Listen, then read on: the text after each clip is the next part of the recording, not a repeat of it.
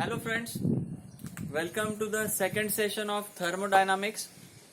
In this session, we will discuss what are extensive and intensive properties, state of a system, state variables, and what is state function and path function. So friends, what are extensive and intensive properties? Extensive properties are those properties which depend upon the extent of the matter present in that system. That means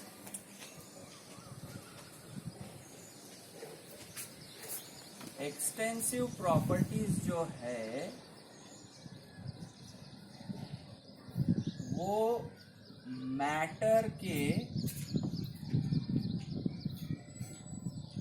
extent के ऊपर depend करते हैं, यानी ये कितनी quantity में system में present है उसके ऊपर इनकी वैल्यू डिपेंड करती है. अभी फॉर एग्जांपल मास, अगर उस मैटर को हम बढ़ाएंगे तो सिस्टम का मास क्या होगा, बढ़ जाएगा. अगर हम उस मैटर को बढ़ाएंगे तो सिस्टम का वॉल्यूम क्या होगा, बढ़ जाएगा. So these mass and volume are extensive properties. There are several such examples. And what are intensive properties? These properties don't depend upon the extent of matter present in the system, like surface tension, viscosity, temperature, pressure. ये सारे क्या है, intensive properties है. ये properties उस matter के extent के ऊपर डिपेंड नहीं करते. वो कितना भी बड़ा हो आप उसकी वैल्यू, वो ये इंटेंसिव प्रॉपर्टीज की वैल्यू जो है वो सेम ही रहने वाली है. फ्रेंड्स, अभी हम थर्मोडायनामिक्स में सिस्टम के साथ बहुत बार जब डील करते हैं तो हमें पहले उस सिस्टम को डिफाइन करना पड़ेगा कि उस सिस्टम की स्टेट क्या है. मान लो आप किसी व्यक्ति के साथ डील कर रहे हैं तो उसके बारे में आपको कुछ मिनिमम जानकारी रहनी चाहिए, तभी आप उसके साथ डील कर सकते हो. सो उसे हम कह सकते हैं कि state of that person. For example मैं हूं, अभी मेरी स्टेट क्या है, आई एम मैरिड. लेकिन कुछ साल पहले मैं क्या था, बैचलर था. तो एक प्रोसेस हुई जिसका नाम था मैरिज, जिसमें से मैं बना मैरिड. अभी ये मेरा स्टेटस है. इस स्टेटस को कुछ प्रॉपर्टीज से हम डिफाइन कर सकते हैं. जैसे कि जब मैं बैचलर था तब बहुत खुश था, मज़े में था और बहुत एंजॉय करता था. और जब बैचलर था तो मुझे बहुत फ्रीडम था.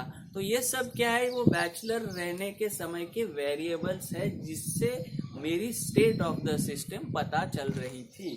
और जब मैं मैरिड हुआ तब मैं बहुत परेशान रहने लगा, बहुत मायूस रहने लगा. अभी ज़्यादा मुझे इस वीडियो के माध्यम से बताना उचित नहीं लग रहा है, लेकिन बात को समझ लो. जो भी इस स्टेट में फीचर्स है और इस स्टेट में फीचर्स है, इन फीचर्स के आधार पर ये स्टेट पता चल रही है.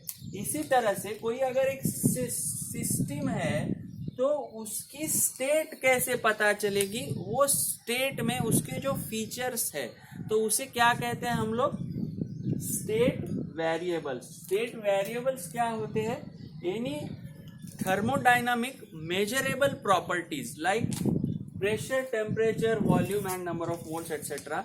ये जो मेजरेबल प्रॉपर्टीज है थर्मोडायनामिक सिस्टम के, इन्हें कहते हैं स्टेट वेरिएबल्स.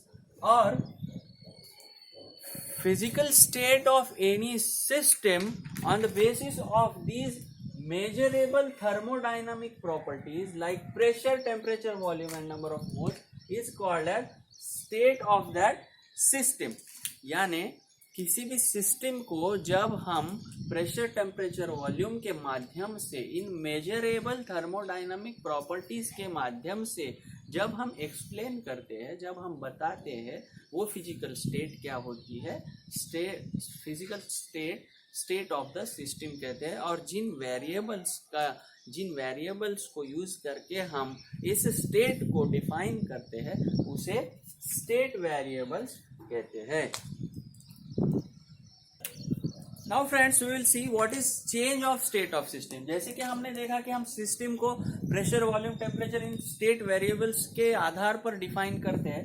जब इनमें से कोई भी एक वेरिएबल चेंज होता है किसी प्रोसेस की वजह से, और जब ये इस स्टेज से किसी स्टेट वेरिएबल के चेंज होने से ये सेकंड स्टेट में जब आता है, तब हम कहते हैं कि सिस्टम की स्टेट क्या हो गई है, चेंज हो गई है. This is state 1, this is state 2.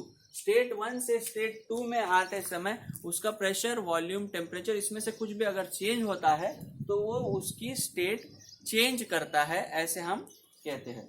और फ्रेंड्स, ये जो चेंज ऑफ सिस्टम होती है, जब इस सिस्टम में चेंज होता है तो ये कुछ इसके जो कुछ थर्मोडायनामिक प्रॉपर्टीज है, कुछ प्रॉपर्टीज ऐसे है कि इसकी जो ये इनिशियल स्टेट है और ये जो फाइनल स्टेट है, इसके ऊपर ही ये वेरिएबल्स, स्टेट वेरिएबल्स हो या कुछ थर्मोडायनामिक फंक्शंस जो है, इन्हीं दो स्टेट्स के ऊपर डिपेंड करते हैं.